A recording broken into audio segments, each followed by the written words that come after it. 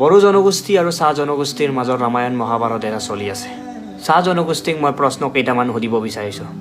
কি আপোনালোকৰ ব্ৰেইন নাই নেকি? সঁচাকৈ আপোনালোকৰ মেণ্টেলত একো নাই?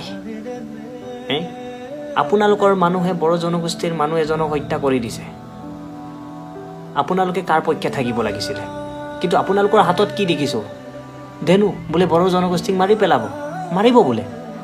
মানে ৰামায়ণ মহাভাৰত আৰু অসমত বড়ো জনগোষ্ঠী আৰু চাহ জনগোষ্ঠীৰ মাজত ৰামায়ণ মহাভাৰত এটা চলি আছে। চাহ জনগোষ্ঠীক মই প্ৰশ্ন কেইটামান সুধিব বিচাৰিছোঁ। কি আপোনালোকৰ ব্ৰেইন নাই নেকি? সঁচাকৈ আপোনালোকৰ মেণ্টেলত একো নাই? আপোনালোকৰ মানুহে বড়ো জনগোষ্ঠীৰ মানুহ এজনক হত্যা কৰি দিছে। আপোনালোকে কাৰ পক্ষে থাকিব লাগিছিলে? কিন্তু আপোনালোকৰ হাতত কি দেখিছোঁ? ধেনু বোলে বড়ো জনগোষ্ঠীক মাৰি পেলাব, মাৰিব বোলে।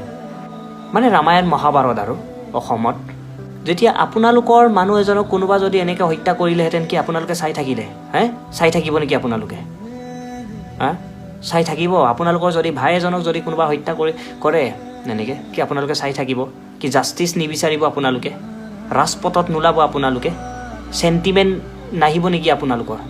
মই সেইটো প্ৰশ্ন সুধিব বিচাৰিছোঁ। যেতিয়া বড়ো জনগোষ্ঠীৰ মানুহে জাষ্টিচ বিচাৰি ৰাজপথত ওলায়, তেতিয়া দৌৰাই দৌৰাই পিতে পুলিচে।